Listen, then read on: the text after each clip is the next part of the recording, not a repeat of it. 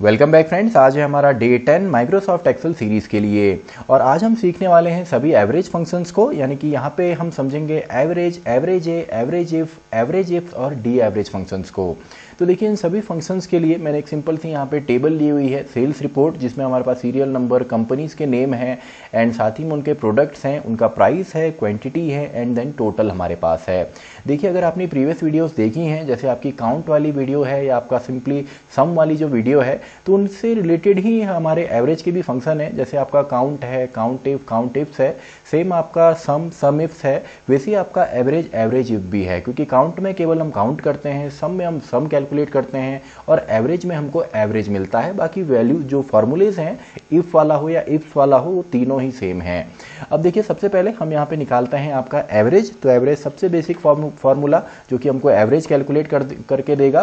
तो मान लेते हैं हम टोटल का यहाँ पे एवरेज निकाल लें, तो इसमें मैं लिख देता हूँ एवरेज एंड देन आप चाहें तो यहाँ पे इन सभी को सेलेक्ट भी कर सकते हैं, जैसे आ गया F3 to F17, या आप चाहें तो मैन्युअली भी टाइप कर सकते हैं, यानी कि F3 जो हमारी पहली सेल है, देन कोलन हमारे रेंज के लिए एंड देन लास्ट है आपका F17 में। तो इस तरीके से मैन्युअली भी आप कर सकते हैं, then bracket close and simply enter, तो आपको एवरेज यहाँ पे मिल जाएगा। ऐसे ही एवरेज, अब देखिए एवरेज जो है और एवरेज ए है, इन दोनों में बेसिक डिफरेंस समझने के लिए मान लीजिए यहाँ पे किसी एक सेल में मैं डेटा की जगह कुछ भी टेक्स्ट वैल्यू डाल देता हूँ। फॉर एग्जांपल ABC मैंने डाल दिया, तो देखिए ये ABC को एवरेज जो है ये काउंट नहीं करता, ये केवल नंबर्स के साथ वर्क करता है। यानी कि अगर आपके पास नंबर्स हैं, उन सभी का एवरेज अगर आपने निकालना है तो ये उनको काउंट करेगा, ब्लैंक स्पेसेस को काउंट नहीं करता और टेक्स्ट को भी काउंट नहीं करता। लेकिन अगर आप इसको यहाँ पे देखेंगे ABC को, तो जो एवरेज ए है ये इसको भी काउंट करता है। जैसे अगर मैं यहाँ पे अगेन यहाँ पे मान लीजिए मैंने XYZ लिखा, तो ये अब इसको भी काउंट यहाँ पे नहीं करने वाला है, यहाँ पे इसने कम नंबर ले लिए, लेकिन जो एवरेज ए है ये सभी को काउंट करता है। तो यहाँ पे मैं लिख देता हूँ एवरेज ए एंड यहाँ पे देखिए अगर मैं इन सभी वैल्यूज को यहाँ पे लेता हूँ तो ये सिंपली हमको जो रिजल्ट देगा वो कुछ इस तरीके से और भी कम, क्योंकि इसने इनको भी काउंट किया हुआ है। तो आई होप एवरेज और एवरेज ए आपको समझ में आ गया होगा। चलिए इसको मैं अब यहाँ पे डाउन फिल कर देता हूँ, control D and again control D. तो एवरेज एंड एवरेज ए दोनों ऑलमोस्ट सेम ही है। एंड देन हमारा आता है मोस्ट इंपॉर्टेंट एवरेज इफ। तो देखिए एवरेज जो है, एवरेज इफ, ये हमको एवरेज निकाल के देगा, लेकिन इसके साथ इफ भी लगा हुआ है। तो इसका मतलब है यहाँ पे हमारी एक कंडीशन बनेगी। अब कंडीशन किस तरीके से बनेगी, मान लीजिए अब हमने एवरेज तो निकालना है, लेकिन अब हमने एवरेज निकालना है खाली या तो कीबोर्ड मान लीजिए या ये माउस मान लीजिए, मॉनिटर मान लीजिए, यानी कि अब हम यहाँ पे थोड़ा सा कंडीशन भी देंगे। तो यहाँ पे हमको एवरेज निकालना है। फॉर एग्जाम्पल इस सेल में मैं लिखने वाला हूँ, फॉर एग्जाम्पल कीबोर्ड फिलहाल मैं यहाँ पे लिख देता हूँ, और मैं कीबोर्ड का भी निकाल सकता हूं एवरेज का, या केवल माउस का, या केवल मॉनिटर का। तरीका क्या होगा इसको सिंपली हम समझते हैं। सबसे पहले हम लिखेंगे एवरेज, देन हम लिखेंगे इफ, यानी कि एवरेज इफ, एंड देन इसके अंदर सबसे पहले हमको देनी है रेंज।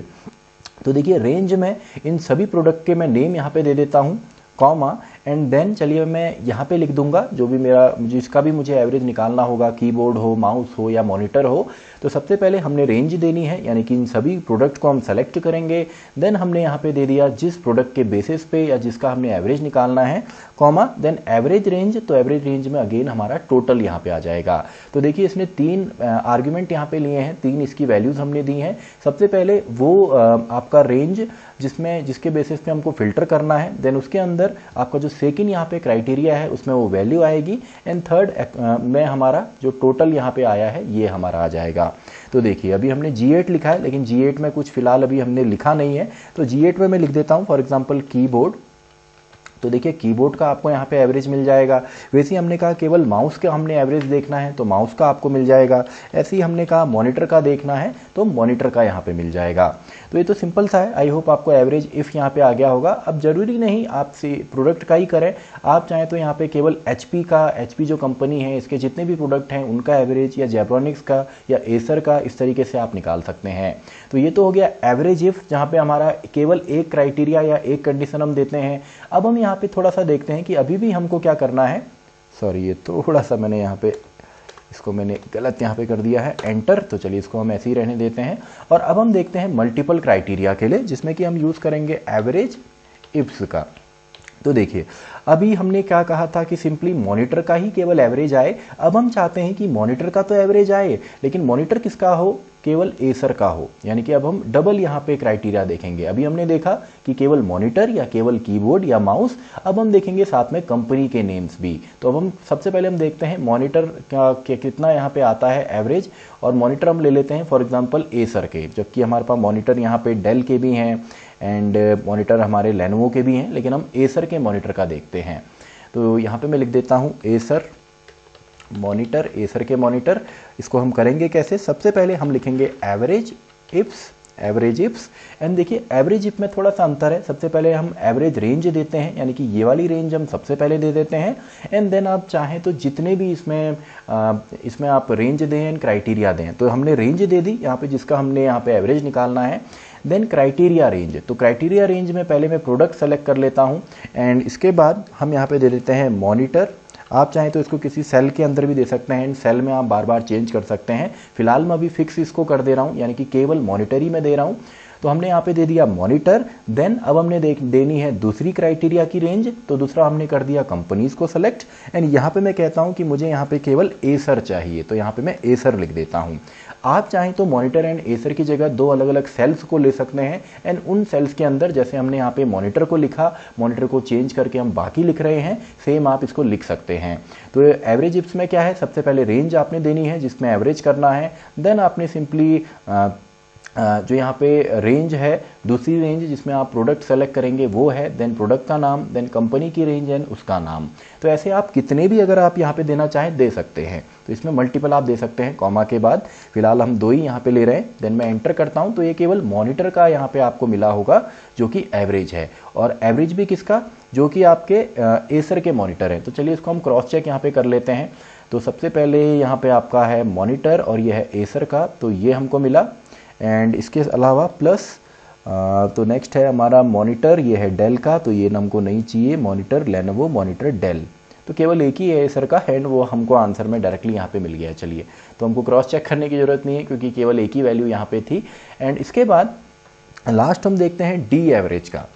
डी एवरेज, तो देखिए डी एवरेज के लिए थोड़ा सा हमको ना यहाँ पे इसमें और भी हम फिल्टर कर सकते हैं। मान लीजिए हमने कहा कि उन सभी का एवरेज निकाल दीजिए जिनमें जो यहाँ पे वैल्यूज़ हैं या जिनकी जो क्वांटिटी है वो आपका लेस देन, फॉर एग्जांपल चलिए 15 हम ले लेते हैं, यानी कि जो लेस देन 15 है, जैसे कि यहाँ पे 13 हो गया, इसके अलावा 13 अगेन, तो 13 ही है, तो हम लेस देन 15 का अगर यहाँ पे निकालेंगे तो इसके लिए सबसे पहले हमको यहाँ पे लिखना पड़ेगा। फॉर एग्जांपल हम प्रोडक्ट लिख देते हैं क्योंकि इस तरीके का लेआउट इसके लिए हमको चाहिए होता है, और एक क्वांटिटी हमको यहाँ पे चाहिए होती है। तो क्वांटिटी हम यहाँ पे चेक करना चाहते हैं लेस देन 15 के लिए। तो अब देखिए यहाँ पे तरीका क्या है डी एवरेज का, इसके लिए हम लिखेंगे डी एवरेज। वैसे तो ये डेटाबेस का यहाँ पे फंक्शन है, तो इसको वैसे मैं आगे कवर करूँगा और भी, लेकिन अभी फिलहाल हम एवरेज के साथ इसको भी हम देख लेते हैं।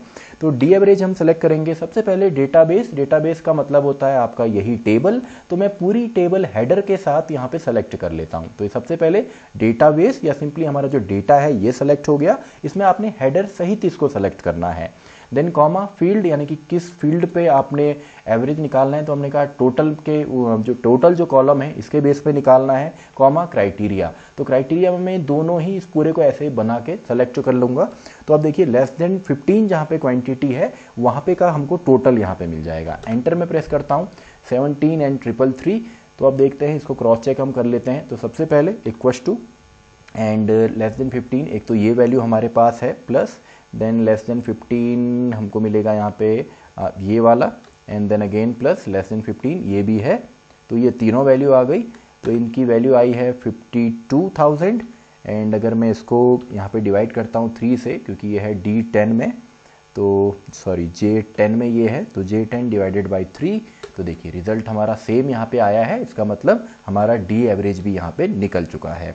तो एवरेज अगर आपने निकालना है तो इसके लिए सिंपल एवरेज फंक्शन, एवरेज है अगर आप टेक्स्ट भी काउंट करेंगे, एवरेज इफ अगर किसी एक पर्टिकुलर कंडीशन के बेसिस पे है, मल्टीपल कंडीशंस देनी है तो एवरेज इफ्स, और ये सेम है सम इफ्स की तरह। तो अगर आपको वो क्लियर हो गया है तो आई होप आपको ये भी क्लियर हो गया होगा। और लास्ट हमारा डी एवरेज जो कि आपका डेटाबेस से रिलेटेड है, लेकिन साथ में हमने इसको भी यहाँ पे समझा। तो इसी के साथ आज का हमारा डे भी खत्म होता है, डे 10। तो मैं मिलता हूँ आपसे नेक्स्ट वीडियो आपका डे 11 के अंदर।